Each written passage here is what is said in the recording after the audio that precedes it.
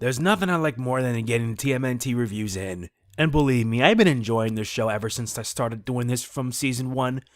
This is Mega Man NG, and I welcome you guys to another TMNT 2012 Season 2 episode review.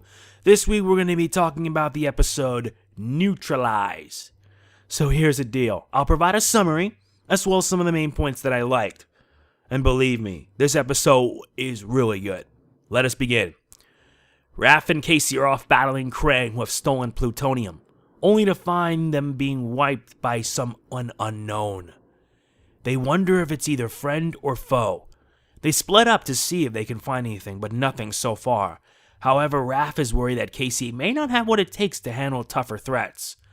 Sadly, this comes in the form of Slash, who has gotten a new partner, the Newtralizer. Raph is shocked to see his old friend bringing in something so dangerous. Now the Turtles must find a way to stop both Slash and the Newtralizer. Can they pull it off while dealing with the Krang? Yep, the Newtralizer is back. Or should I mention, Slash is back. Slash makes his return ever since what happened a few episodes ago when he was captured by the Krang. But this time, Slash is not alone. He has brought along the Newtralizer and they now has a voice. He is voiced by Danny Trejo.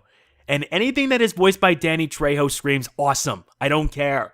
Danny Trejo makes any show awesome. And this episode proves it. We even get a flashback on how the Newtralizer teamed up with Slash in the first place, as well as his motivation as to why he is going after the Krang. He sees the Krang as a very dangerous force, and if unchecked, they can really bring problems throughout the universe. Now, I can admit that Slash and the Newtralizer share some parallels to Casey and Raph. Speaking of which, anything involving Slash is a Raph episode, and it's made no better by the fact that Casey gets himself involved, hoping to prove himself.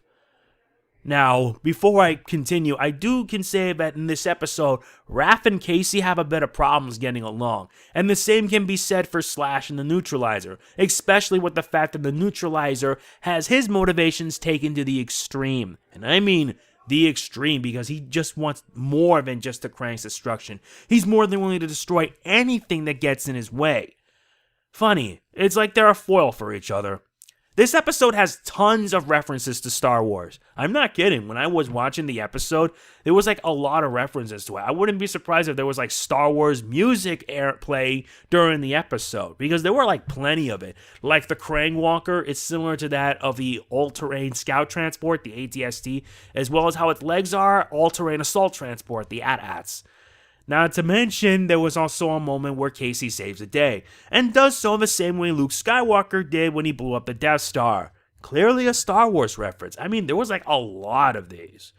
And as a Star Wars fan myself, I found it to be plenty enjoyable. It was a really enjoyable episode with plenty of references, a lot of action, and some good character moments. And sure, Raph and Casey do have a bit of bickering and arguing, but they're able to bury the hatchet later on, and surprisingly, Casey does help save the day. There were some favorite moments for me. I mean, there was like a lot. Like, for example, the flashback when Slash encountering the Newtralizer. It really shows that Slash was indebted to the Newtralizer to the point where he calls him brother. I mean, that's saying a lot. I mean, that's loyalty. There was the Star Wars references as well. There was also Mikey trying to get high scores in two instances. The other one involving the radiation detection, and Mikey was trying to gobble them up. It was a Pac-Man reference, just to let you know. It was a Pac-Man reference. Then there was also the big battle at the end with the Newtralizer riding on top of a Krang Scout Walker and literally causing trouble. And all it took to save the day was Casey Jones.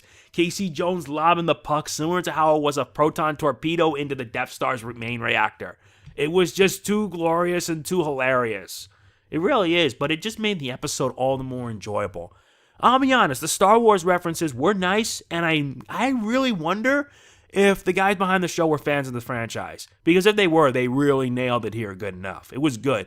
There wasn't too many, but it was enough to get me excited, get me enjoyed. You can pretty much guess. However, what really surprised me more is the ending. The ending with how the Newtralizer re-emerged after he tried to teleport out only to fail, and how he re-emerged as like a being of radioactive energy, is a sign of what's yet to come. But for anyone wondering, we wouldn't be seeing the Newtralizer again until much later, especially in the When Worlds Collide arc in Tales of the TMNT. That was when the Neutralizer came back and brought serious heck. And I mean serious heck. I could go on and on, but this episode was just too good. My rating for it will be in the description below, and look forward to tonight as I will be doing another episode review. This one involves an episode that's aired out of order. Yes, expect this to happen a lot on this season and in Season 3, because when Season 3 comes, boy, I'm going to have a field day with it. So that is pretty much going to be it for this TMNT episode review. I hope you guys enjoyed it. Be sure to share this video around with anyone who is a fan of TMNT, because I'm hoping to see these reviews through to the end until the Rise of the TMNT show, which comes out in 2018. And yes, I will be reviewing it. If you enjoyed the video, please be sure to hit the like button. It really does mean a lot to me, and I will see you guys next time for more. This is Mega Man NG signing off. Peace out. Burikasha!